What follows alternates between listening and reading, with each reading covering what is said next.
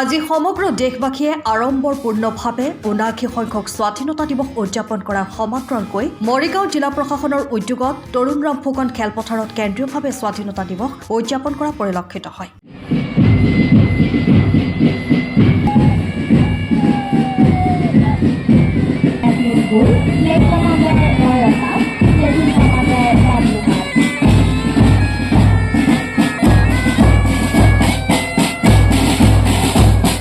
অসম চৰকাৰৰ জলসম্পদ তথ্য আৰু জনসংযোগ আদি বিভাগৰ মন্ত্ৰী পীযুষ হাজৰিকাই মৰিগাঁৱত দেশৰ শৌৰ্যবীৰ্যৰ লগতে সমৃদ্ধিৰ নিচান ত্ৰিৰংগা পতাকা উত্তোলন কৰি মৰিগাঁও জিলাবাসীৰ লগতে ৰাজ্যখনৰ সকলোলৈকে স্বাধীনতা দিৱসৰ শুভেচ্ছা জ্ঞাপন কৰে।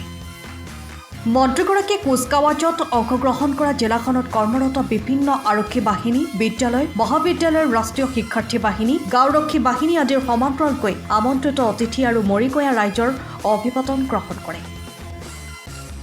পতাকা উত্তোলন কৰি মন্ত্ৰী পীযুষ হাজৰিকাই দেশৰ স্বাধীনতা আন্দোলনত প্ৰাণ আহুতি দিয়া বীৰ বীৰাংগনা সকলক স্মৰণ কৰি শ্ৰদ্ধা নিবেদন কৰাৰ লগতে কেন্দ্ৰীয় আৰু ৰাজ্য চৰকাৰৰ বিভিন্ন উন্নয়নমূলক আঁচনিসমূহৰ সফলতাৰ বিষয়ে ভাষণ প্ৰসংগত উল্লেখ কৰে। আনহাতে জিলাখনৰ বিভিন্ন ক্ষেত্ৰত বিশেষ অৱদান আগবঢ়োৱা কেইবাজনো ব্যক্তিক মৰিগাঁও জিলা প্ৰশাসনে সম্বৰ্ধনা জনোৱাৰ উপৰিও পদ্মশ্ৰী সন্মানেৰে সন্মানিত সুকন্যানী ওজাপালিৰ ওজাগুৰু দ্ৰোণ ভূঞাক সম্বৰ্ধনা জনায় মন্ত্ৰী পীযুষ হাজৰিকাই।